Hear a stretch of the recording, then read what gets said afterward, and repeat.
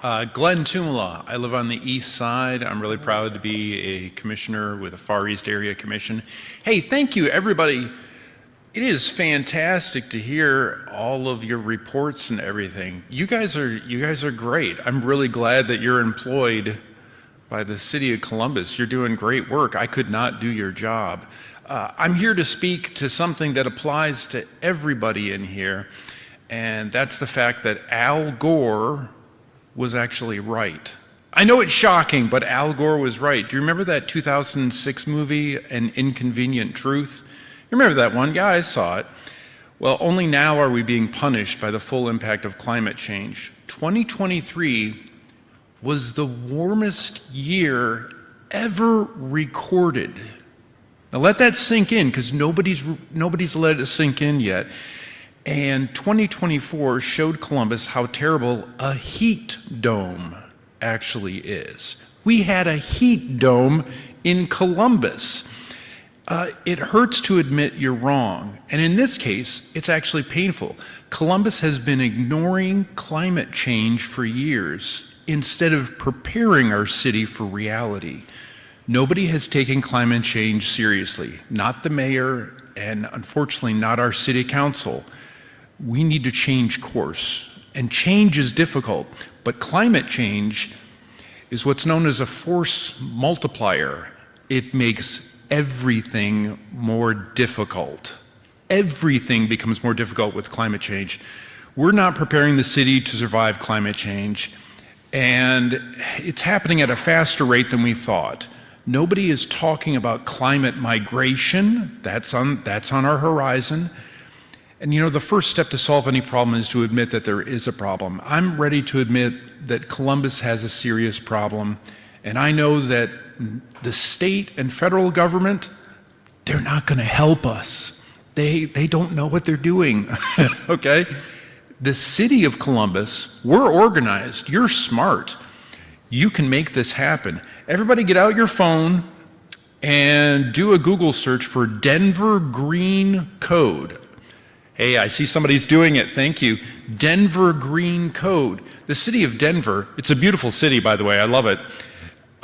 They've got a green building code. So all the affordable housing that we're investing in, if it was in Denver, it would be built according to their green building code, but not in Columbus, because we haven't made that expectation of ourselves.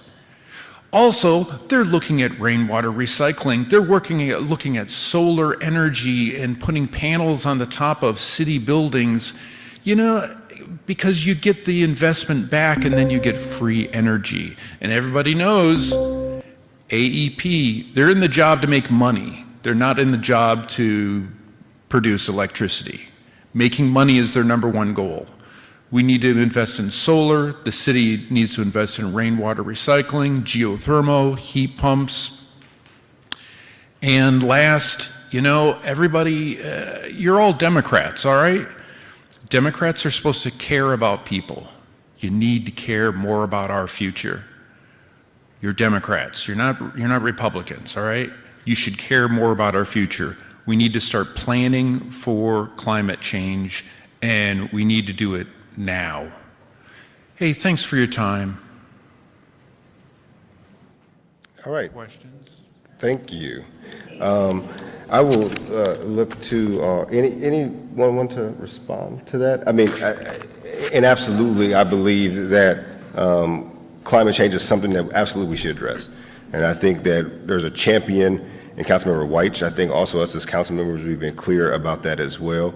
There are other initiatives that we have done around Blueprint Columbus, aggregating our electric to be all clean energy by a certain time period. And so, yes, these are big things that we have to address. And I think that we are going to do it. But unfortunately, I think that we have state and also federal folks, as you mentioned, that is much bigger than us just here in the city of Columbus. And so I think we are trying to address some of those, but I'll let some of if anybody wants to speak directly to any other sustainability things that we are doing. I mean, we're one of the largest cities to move to citywide recycling, and now do that weekly to make sure that we are putting more into the recycling versus our city dumps. And so that's one way. Recycling. And so if you're going to let me respond, I'll do that, because we're not going to solve it all on our own. But we are trying to do our part. Absolutely, there's more to be done. Everyone has to do more. All of us have to do more. I'm also making sure that I'm trying to save dying babies who are dying in Linden. We're also trying to make sure that we are having equitable access to health care for families. We're trying to make sure that we also look at carbon pollution in certain neighborhoods that have been left out. So there's a lot that we have to do simultaneously. So just because you don't hear me talking about it every single day doesn't mean that I don't care about it. Every single day I think about my son and what kind of community he's going to grow up in, what kind of nation, what kind of world he's going to grow up in. And so yes, I try to do my small part, but we also have to do our larger part. So any departments want to talk about that? Rec and Parks, I know there's a lot of conservation that we're trying to do with land. I know utilities, there's a lot that we're trying to do with composting and other types of things, if you want to speak to any of those initiatives. Thank you, Chair Bankston. Recreation Parks has the forestry division within its organization, and in 2021, we conducted a report of the Urban Forestry Master Plan. It did an assessment of our entire our city, and it's for the same reasons you described. I mean, we didn't have the data to understand what our condition is, and we know the value of trees in our community. They have a aesthetic value for sure, but they also cool down communities, they cool down temperature, they clean the air, they provide a lot of value. And so one of the things that we've done is, and through City Council approved it in December, was changed our code for a public tree. Any tree that exists in the public right-of-way has a code associated with it now. And so if you go up 4 feet from the base, go around the diameter of it, for every inch that tree if we cut down that tree, for every inch that tree is, we have to replace for every inch. So a 20-inch tree in diameter provides a huge amount of value to our city, and that's it's really 10 2-inch trees that will be replanted as a result of that. So we adopted that in December, and it goes into effect in August. And so our team has been working rapidly with all these other departments to try and figure out how to deploy that without disrupting and stopping all the progress in the city. But in August, we're really excited to launch that code. We did one, we're getting ready to do another. Our canopy is 22%. So if you're looking down at our city, other communities like Charlotte, North Carolina is 42%. I mean, it's just a huge difference in terms of what our canopy is and what it should be. And so we have a goal of getting our canopy up. First, our goal is not to lose any more canopy, and second is to increase it. And we're not going to increase it just by planting and replanting trees on the street, by the curb, that sort of, in the tree lawns. Here on the south side at Stockbridge Park, we backed up to a elementary school. That elementary school was a 10-acre parcel, and it was owned by the schools, vacant for a number of years. It was getting burned all the time. We went in and we purchased that from the schools, tore it down, and planted 2,500 new trees on that parcel. So now Stockbridge Park is a 20-acre park, and it has paths through it. And we planted a variety of species, and now we're looking, because like here on the south side, the canopy is lower than the average. You go to Clintonville and it's 40%. Down here, you're at 19%. So we're looking at how do we do this at mass. So the next site we're looking at is on the west side in Westland, and we're looking at another large planting project there because we're getting ready to receive a donation of 120 acres. It's all old farmland.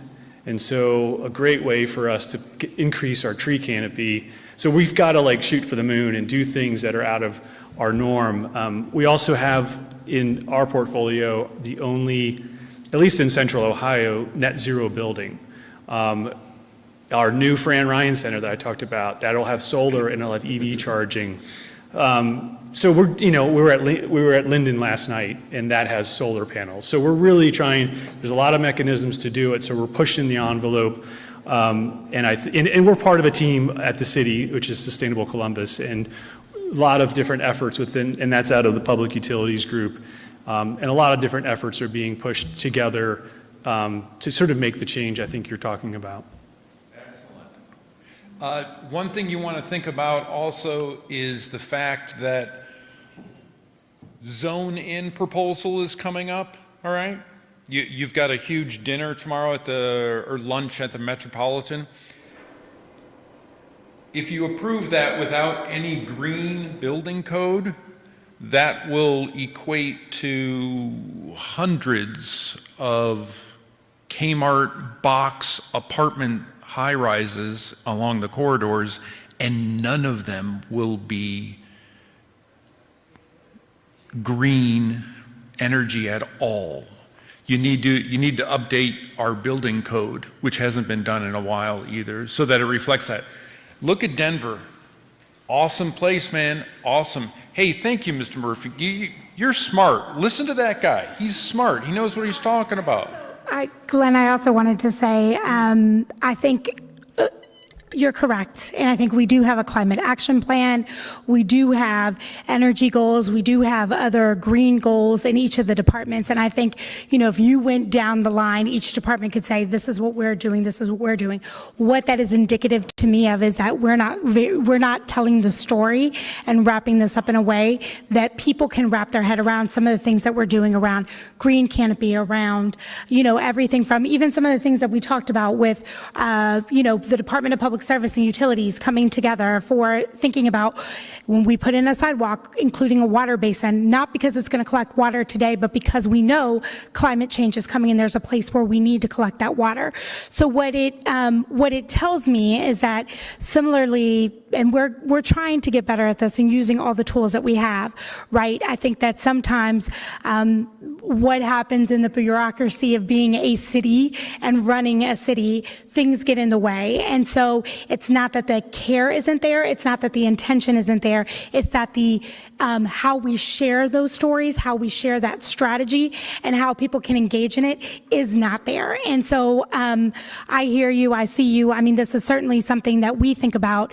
Councilmember White, I think one of the things he talks about is how do we become the greenest city in America, right? And that's certainly something that he's helping to champion. That doesn't mean he's alone in that effort. And so I think that there's ways I would certainly be interested. I mean, we're going to be back here on Thursday evening to have a conversation. We'd be happy to share more about what the climate action plan looks like and then what that looks like across departments, because those strategies are certainly there. I think when we start to parcel them out, it doesn't feel like it's all coming to center, and that's on us. That's on us to better tell that story, because even our partners are part of that. CODA and how we are thinking about our fleet of buses and how they're running on clean energy, how we are going to fuel the buses that are coming with Link Us. Those are all top of mind issues for us, because we understand, I mean, when we look at some of the cities that have grown rapidly, I mean, I was just in Phoenix having a conversation about Phoenix is actually they're facing a water shortage in America today, right? And we know that is happening in communities across the country. And so we don't want to be in that place. And so as we face our growth, it's not just about housing and transportation. It is about how we are thinking about preserving our natural resources. So thank you for your testimony tonight. And thank you for putting that also on our radar about how we need to get better about telling this story and sharing our strategies with the community. Absolutely. I know we do. You're 100% correct. You're 100% correct. All right, thank you. And then I know that some of the other deputy directors up here had some initiatives that they're working on as well.